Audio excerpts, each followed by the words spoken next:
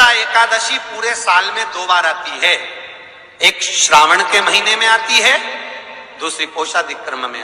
जिस नारी को संतान नहीं हो रही हो, बहुत प्रयास कर लिया हो, पुत्रदा एकादशी पूरे साल में 2 बार आती है।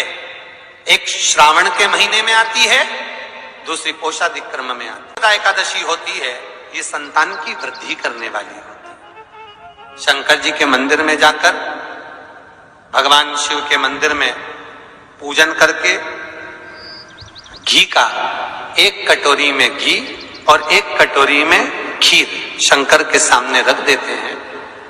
भगवान शंकर के मंदिर पर चौखट पर घी का दिया लगा देते हैं।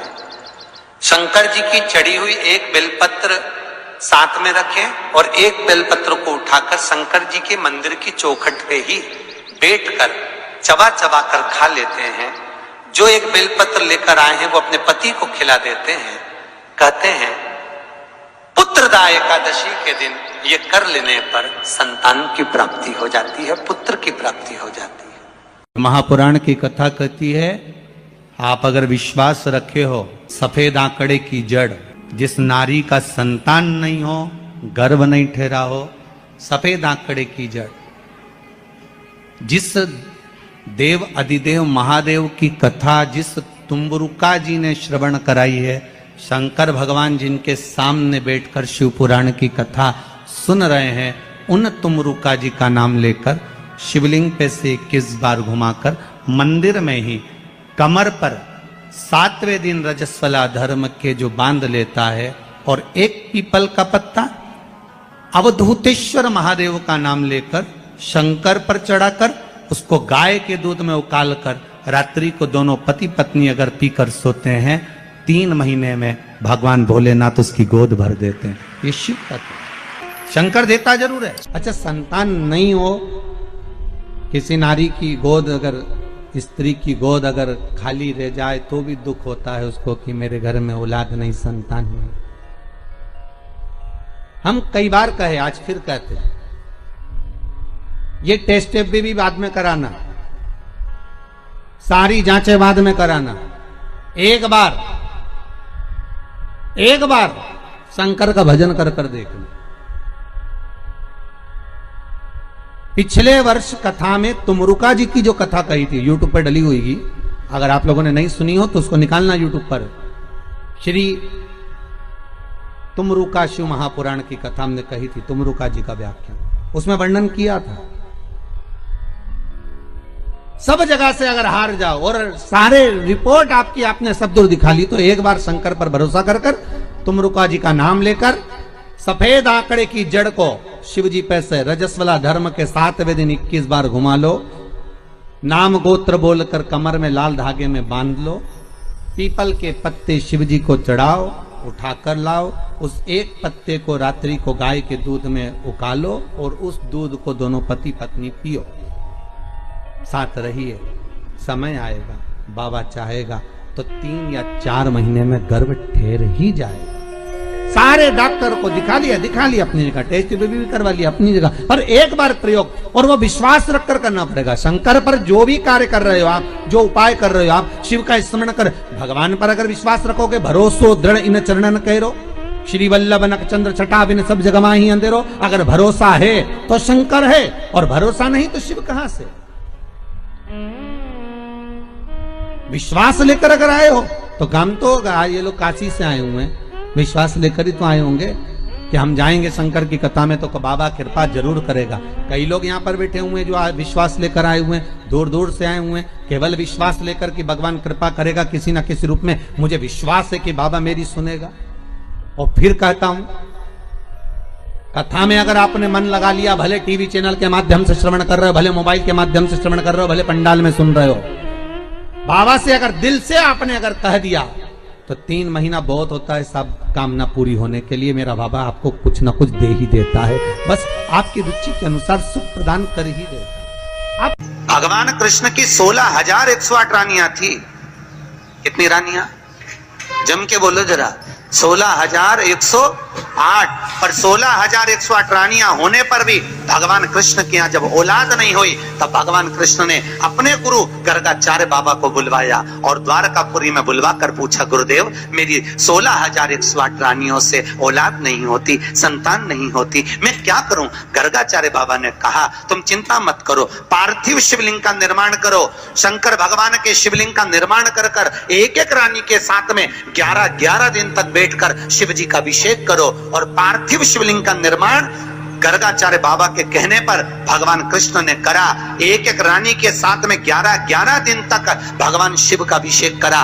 तब भगवान शंकर प्रकट हो गए और शिव जी प्रकट होकर बोले, कन्हैया मांगो तुम्हें क्या चाहिए?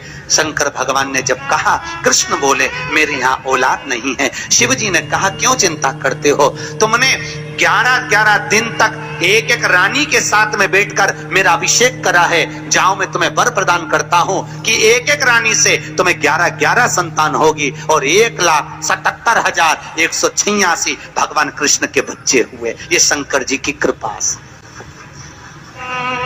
अब तुम्हें कितने चाहिए बोलो? भगवान कृष्ण के यहाँ अगर औलाद हुई तो किसकी कृपा से? अरे बोलो, बोले कौन होगा ऐसा? कितना करुणामय, कितना दयालु, कितना आनंद देने वाला। ब्रह्मलोक के देवता भगवान ब्रह्मा, वैकुंठ के देवता भगवान विष्णु और पृथ्वी का देवता अगर कोई है, इस मृत्यु लोक का अगर कोई देव है तो वो देवों का देव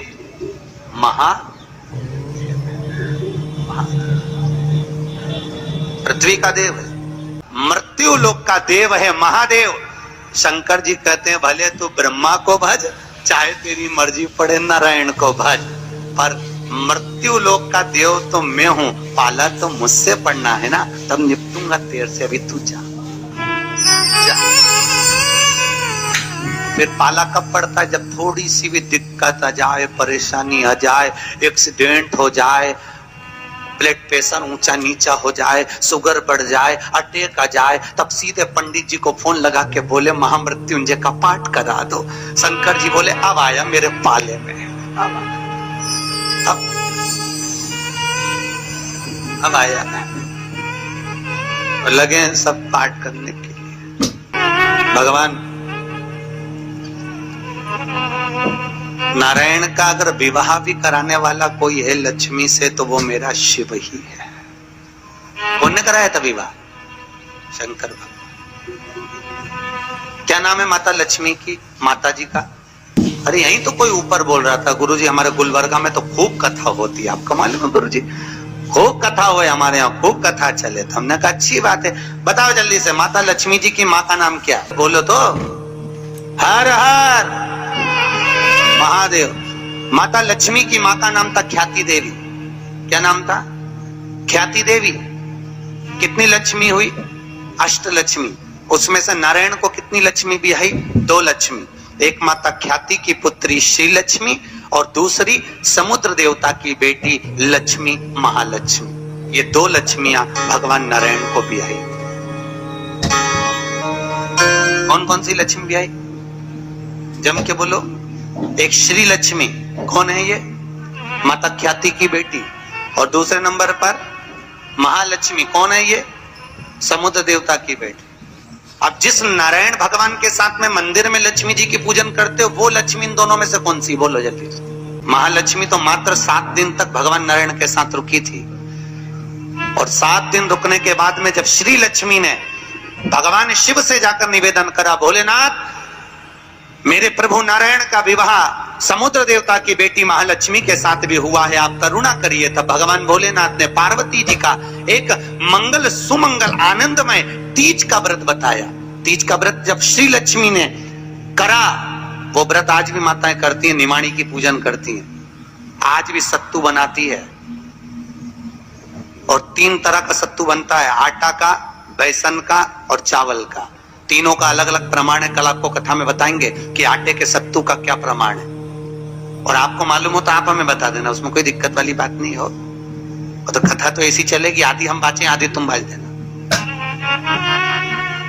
आटे का सत्तू चने की दाल का सत्तू और चावल का सत्तू, ये तीनों क्यों बनते हैं? और सत्तू भी बनाओ तो चक्की ऐसा बना लो, पर पिंडा बनाना क्यों जरूरी होता है?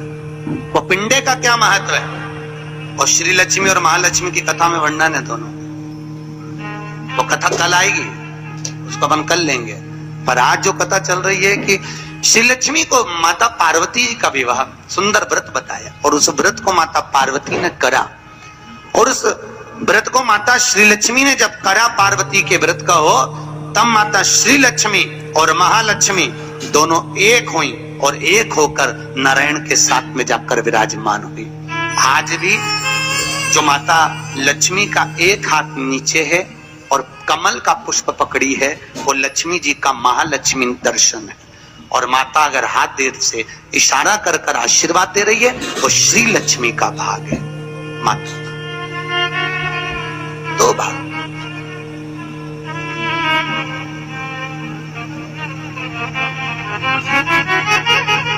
दो भाग में विराज। आज बाबा भोलेनाथ की कथा कह रही, करुणा सागर भगवान शिव जो आनंद की राशि हैं, मृत्यु लोक का जो देव है महादेव, पृथ्वी पर रहने वाले जीवों को कष्ट ना हो, उनको सुख ही देने वाले, सदा प्रसन्नता प्रदान करने वाले। बद्रीनाथ किसका था? जिस बद्रीनाथ में नारायण बैठे हुए हैं, आप लोग बोलते हो ना बद्री विशाल भगवान की, अच्छे से बोलो, बद्री विशाल भगवान की। कौन बैठा है बद्री विशाल में? अरे बोल दो। तुम तो बोलने में भी घबराने लगे कि महाराज ना जाने क्या बोल देगा, पट्टा ही ठिकाने। कौन बैठे वहां पर? नारायण बैठे कि नहीं बैठे? तो वो बद्री विशाल किसका था? जिस बद्री विशाल के मंदिर में बद्री विशाल बैठे हैं, भगवान नारायण विराजमान हैं, वो बद्रीनाथ की भूमि किसकी थी? भगवान शिव और पार्वती का निज घर था। शिव और पार्वती वहां निवास करते थे, शंकर और पार्वती वहां रहते थे। एक बार भगवान नारायण के साथ में लक्ष्मी मैया भ्रमण के लिए निकली बद्री का आश्रम, अलकनंदा नदी के तट पर। और माता लक्ष्मी ने जैसे ही बद्रिकाश्रम को देखा, इतना सुंदर आश्रम, नारायण ने शिव जी को नमन करा, शंकर ने नारायण को नमन करा, दोनों एक दूसरे को नमन करे। और इतने में नारायण लक्ष्मी को लेकर वापिस जाने लगे, तो लक्ष्मी जी ने नारायण को रोक लिया और कहा, प्रभु रुकिए, मेरे वचन को सुनो, ये बद्रिकाश्रम मुझे बहुत अच्छा लग रहा है, नाथ कुछ भी करो पर ये बद्रिकाश्रम मेरा होना चाहिए। भगवान नारायण ने कहा, लक्ष्मी ये कभी नहीं हो सकता, क्योंकि यह शिव का वासा, ये शंकर की जगह है, ये भोलेनाथ जी की जगह है। और अगर ये शंकर जी का निज निवास है, शंकर जी का स्थान है, तो तुम्हारा कैसे हो सकता है? लक्ष्मी जी बोली, प्रभु चाहे कुछ भी हो जाए पर ये बद्रिकाश्रम मेरा होना चाहिए। लक्ष्मी जी जिद बैठ गई। होता है, अब पत्नी अगर जिद बैठ जाए तो तुम्हें तो मालूम है, आधी रात के मेडिकल खुलवा के बाम की शीशी लेके आए, तो वो तो बद्रिकाश्रम। लक्ष्मी जी जिद पर अड़ गई। भगवान नारायण ने लक्ष्मी को खूब समझाया, क्यों उपद्रव करती है लक्ष्मी, मान जा, वो अपना नहीं है, जो अपना नहीं है वो अपना कैसे हो सकता है? नहीं प्रभु, मुझे तो वो बद्रिकाश्रम भाग गया और मुझे चाहिए, चाहे कुछ भी करो।